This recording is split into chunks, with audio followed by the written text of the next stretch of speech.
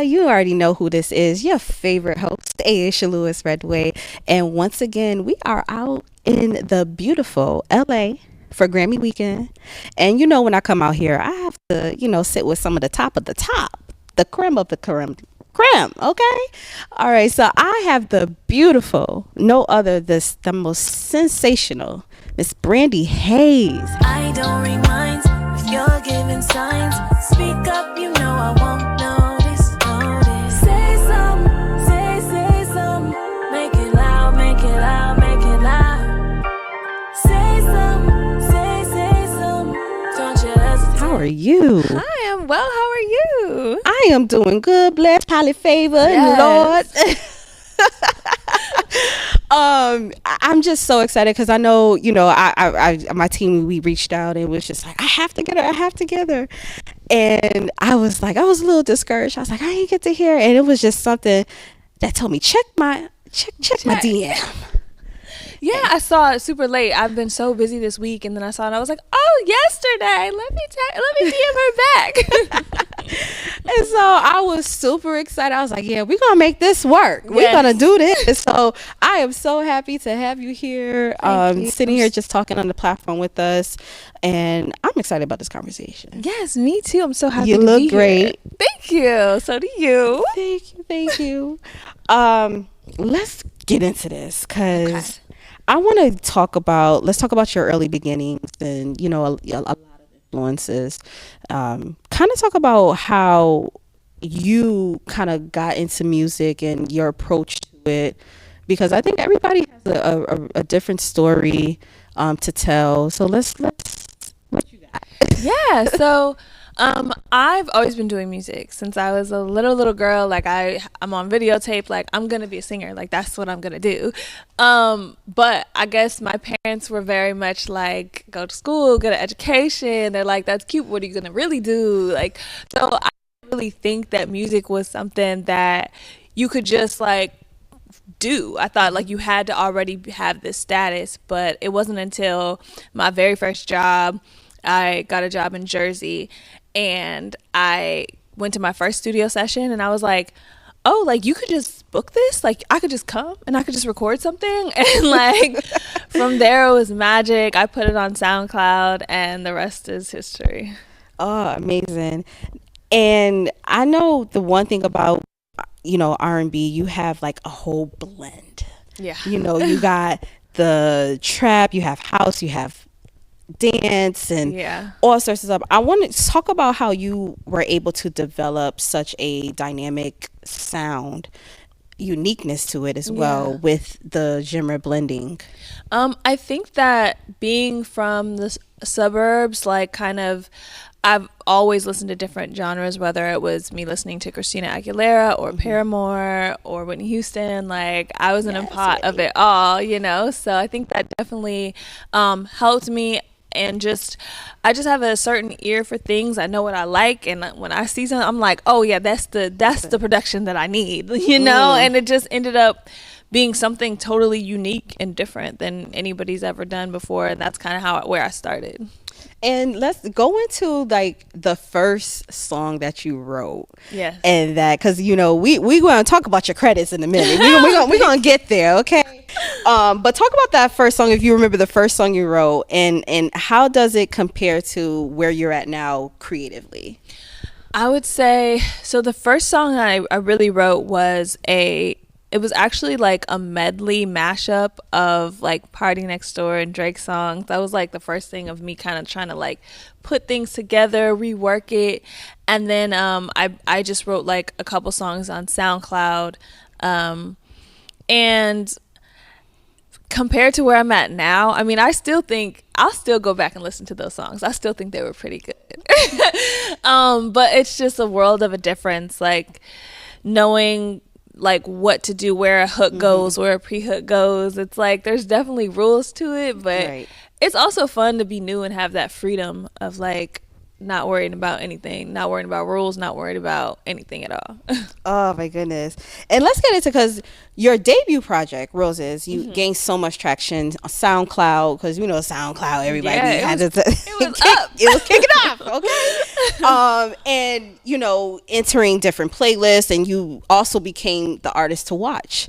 Talk about the early times, the early success in regards to SoundCloud, and how do you approach a path now in releasing music, and still leaning into that loyal fan base that you have? Yeah, times are so different. I miss that like SoundCloud era and just connecting, because people were so into just like finding new music and real music, and it didn't matter like if it was sounded a little bad or wasn't mixed right. Like they're like, no, I just love the song. Right. And I miss that. And now I think it's a little harder with all the playlists, and you got to kind of like get on a playlist or you're not seeing. But I love marketing, so I'm the type of person to invest in myself. So if you might see an ad, you might see a billboard, you might see like I edit my videos, like everything is all me, and I'm gonna just keep pushing and keep putting it out there till everybody sees it. Come on, one band man. Yes, I love that. And of course, because like you said, the one thing I love that you said is that you have to invest in yourself, and I think that sometimes a lot of artists, I think they miss that point.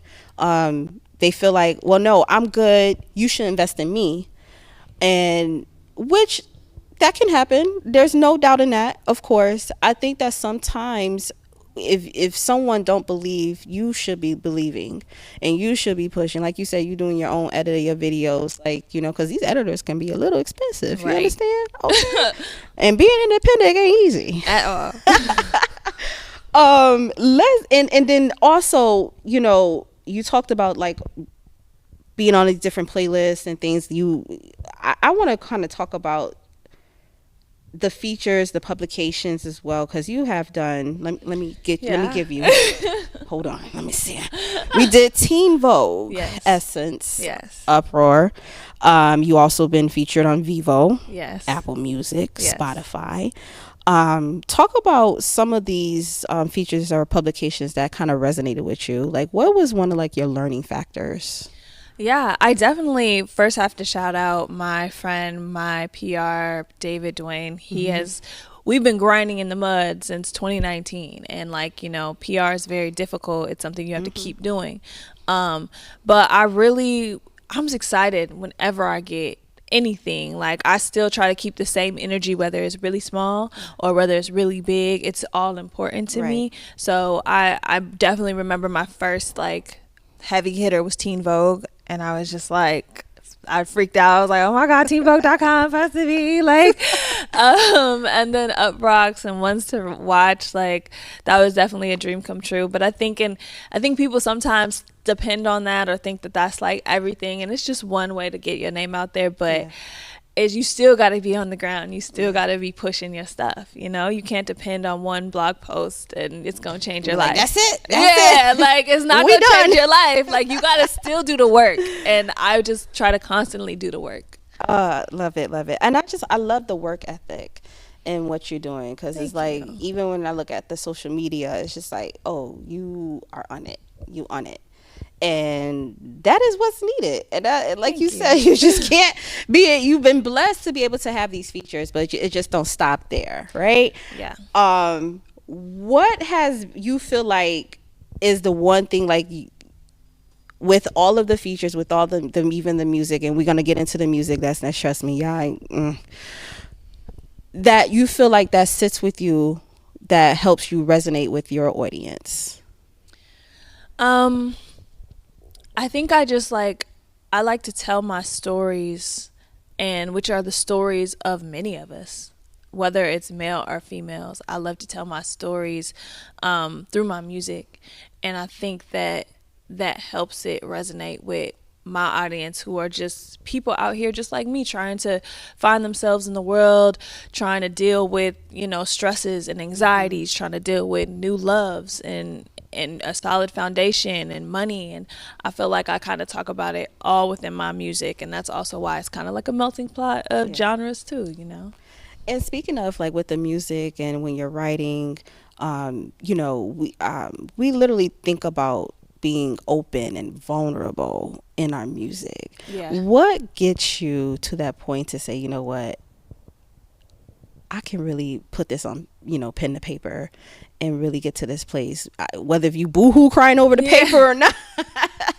Like, what takes you to that point where you can just be so open?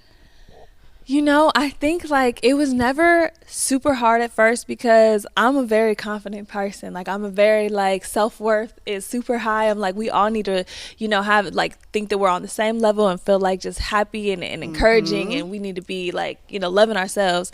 But relationships. Whew. Relationships be so sometimes I definitely have had one of those where it's just kind of like you going through it, and I think it helps. It's almost like therapy, to write about what you're going through, whether you do music or you put it in song or you talk to somebody. It helps sometimes to just get it out, and I think that's the beauty in music and just loving music, to where I can just kind of like release that emotion into my song. Love it. Cause honey, right. I know you told me like we'll be there for days talking, right? But with some of your credits, Corday, as well, and a lot of other artists, what has been the one song that has meant the most, just biggest to you, that you feel like, oh, I am super proud of this one. Like I could have did 50, 111 other songs. Yeah. But this one right here is it. As far as like credits go, or anything, whichever one is like very personable for you, that you feel like this is the most proudest, whether if it's credits or just one that you initially did for your own projects as well. Yeah, so I would say I'll give you both. So credits would be, my very first thing I got was an artist. His name is DC The Dawn, and I got to actually be in the studio with the artist, and just like, he is so nice. He's so awesome, and like I love it. I feel like sometimes you don't actually get to build relationships with the artist, and I think that was like amazing, and the song was so meaningful because it was about one of his friends, and just like that passed away, and it was so beautiful. Yeah, it was just such a beautiful moment, a beautiful song, and he's such a beautiful person. So that was like so important to me. And then for me, it's a song called California Lies, and it's just about like, you think that being in California in Hollywood is going to be the dream and that's what you want to do, and then you don't realize like it's hard out here. It's so like, hard out here. You sing it's hard out here for a pimp. Okay, you know what I'm saying? Like, okay, and I just love it. I love it being upbeat. I love smiling. I love making people happy, but also having a message behind it. So that's one of my most proudest songs. I love it, and I feel like sometimes when it comes to those type of songs, like where you just know like, yo, I'm really putting my blood, sweat, tears, I'm boohoo crying behind this, I am like going through the ringer on this one, and those be the ones where it's just like the audience is just like, oh my God, like, girl, I feel you. Yeah, like 100%. I really feel this message. I really feel like every single thing, every word that you really put to this paper, and those be the ones that just be like, it resonates and be the most realist. So shout out to y'all songwriters, because y'all be doing it. Okay, we out here. And the one thing I love in regards to you as well, like, your storytelling, your visuals, the way that you performance. And speaking of performance, right, let's talk about the Global R&B Showcase. Yes. Now, it features yourself along with two other beautiful young ladies as well, that is really resonating in this R&B sector. I want you to kind of talk about that, and and I know you're getting ready to prepare for it. Yes. And what's going on. So I do have a show on Monday, and it's with Lila and Leisha. They're from the UK. They're from London, which I am such a huge London R&B fan. Like the way they do it out there, it's almost like they take it back. Like they take it real back to the like Brandy era. And I literally had this conversation with someone else the other day, and I was like, I feel like when it comes to the UK and when it comes to Europe, their R&B or their music industry is what our music industry was in the 90s. 100%. Like 100%. We're not Like I'm ready just to go to Europe so I can just sit and just be able to be with in the industry just to hear the music. I know, it's beautiful, like the production, the word, everything, the harmonies, like gorgeous. So I'm like super excited for the show. I'm it's put on by a friend of mine named Sean, and yeah, we're just gonna have a great time and listen to real music and have fun. Like I'm just excited to have fun with the audience. Yes. So any special themes or anything like that, like you putting in your performance, or you just like, look, get your tickets. You know what? Let's do this. Get your tickets. Yes, Okay? yes. I mean, I'm just gonna like, I love to perform. I love being on the stage, and hopefully the crowd feels that too, and that energy. And it's definitely like I give it energy and they give it back. So I just want my audience to have fun. I just can't wait. I feel like it's gonna be a fun time. You can dance a little bit, you could groove. It's gonna be fun. And speaking with this showcase, and being able to, I love the fact that it is representing like girl power for me. Yeah. To be able to kind of bring your sound and UK and that sound together. Talk about what this means for you, like worldwide, like as you're continuing to move your career and really work in this industry. Just starting with this showcase. Yeah. I definitely want to tour all over the world. I do have a very large fan base in London, because I've done some drum and bass stuff, like some collabs, and I'm so excited. Like London is one of the top places that I want to travel to. Yes. I want to go to Tokyo. I want to go to Amsterdam. Like I can't wait. It's definitely coming very soon. I can definitely see like a Tokyo. Like I love it. I mean, even with the fit, I can definitely see that. Like, okay, do some K-pop over there. I just started working on K-pop, like for writing. I've been writing some K-pop. So. Yes, I love it. And all right, so speaking of the music performance, let's get into your latest singles. I know you have like quite a few. You have a couple of works. So Simple and Yes. Shadow Work. Yes. Kind of talk about the concepts in regards to, because me listening to these singles, the deepness that you have in just the writing itself, like kind of walk us through how you were able to put yourself in that place to kind of just like, because Simple, you giving me like SZA vibes. It's like in relation, like if I was waiting for her to come on the track or something, like like how you were able to kind of dig into that type of feeling. Yeah. I just, like I said, I write about real situations. Like my situation is not like made up. I'm like, no, I can tell you who this is about. But no, I think for me, I love the nostalgia of it. It's very like 90s-esque, but it's just about like going, like sometimes when you're trying to find your person, like you just go through so many duds, and you're just like, I don't even know if I want to be in a relationship right now. Like, just like, can we just, I don't want you to embarrass me.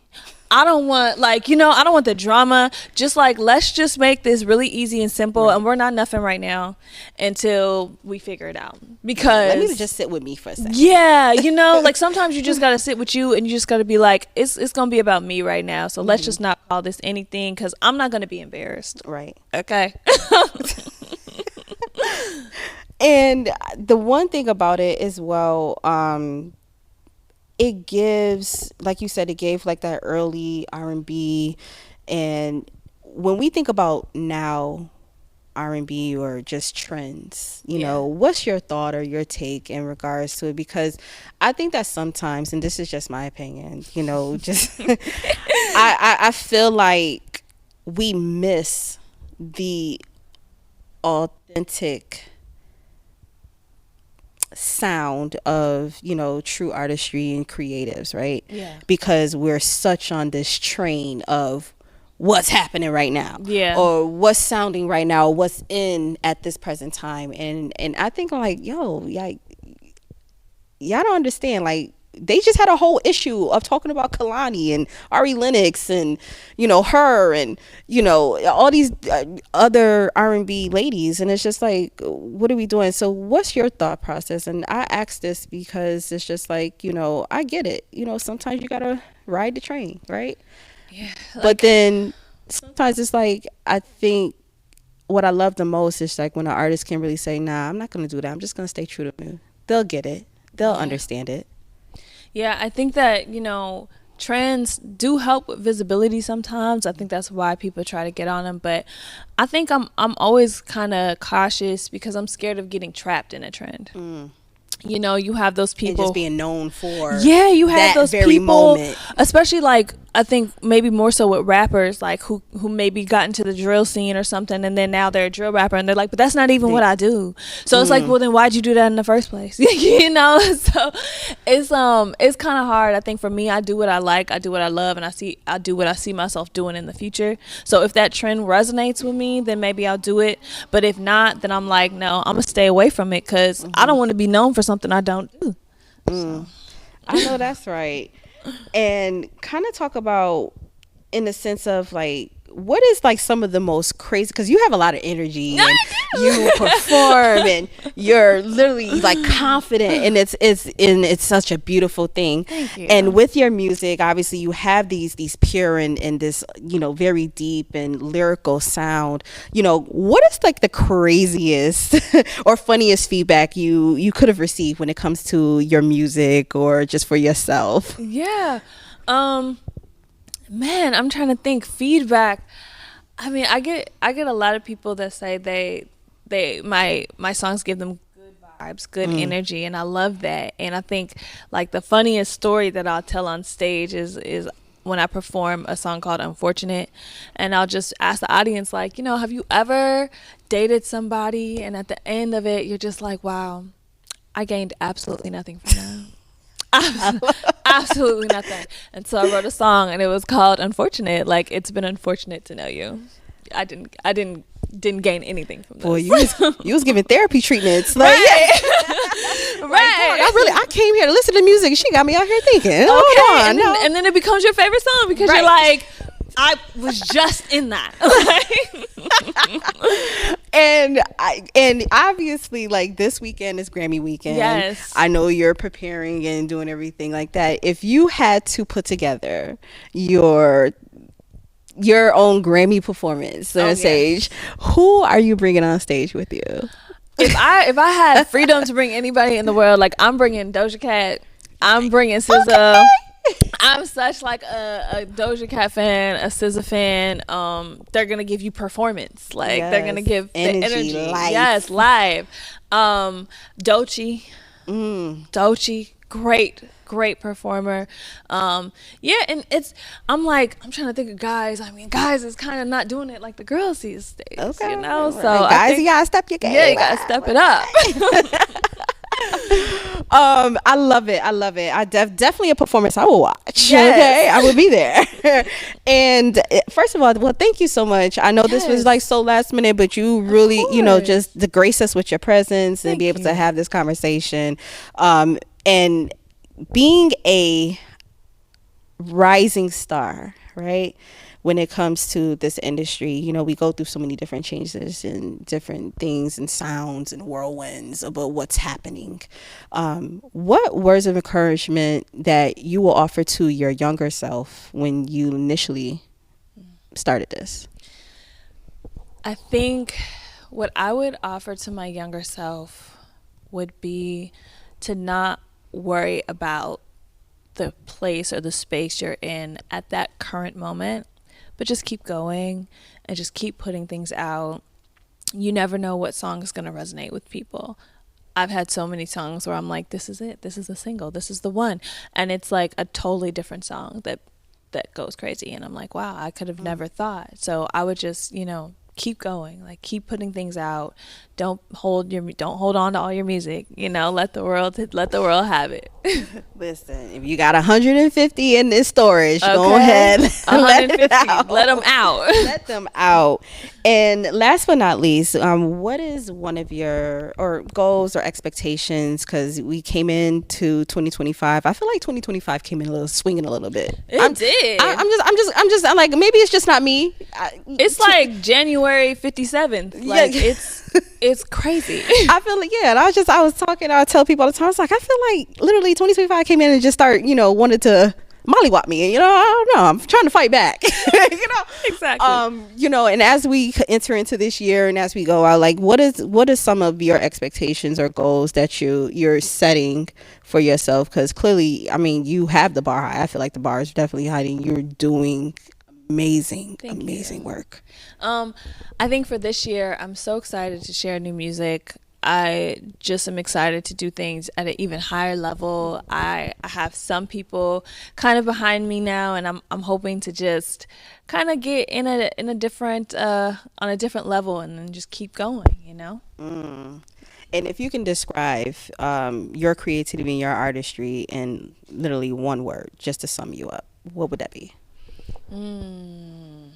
To sum me up in one word, oh my gosh, might be difficult, but yeah, I mean, I'm gonna go with 2 words. I'm gonna go with good vibes. Good vibes. I love it. Well, first of all, Brandy, thank you so much, guys. Listen, she said she got a show on Monday. Please make sure it's the Global R&B Showcase that's featuring herself and Leisha and Lila. Leisha and Lila as well. Please make sure you tap in with that. I'm gonna cut some stuff. Make sure you get that. And thank you so much once again for giving us authentic music. Thank you for giving us fun music as well. It's so amazing. So guys, if you are not supporting Miss Brandy Haze, please make sure you go through and you download the music, not just stream it, but purchase it, because it does take a lot to be an independent artist. Okay, they got bills to pay. Okay. All right, guys, thank you so much for tuning in with us. I always bring through nothing but the realest through. All right, so you already know it's nothing but real music, real style, and real people, and it don't get no realer than this. All right, so guys, I have been your host, Age Lewis Redway, and the lovely and beautiful Miss Brandy Haze that has joined us today. Thank you so much. Peace.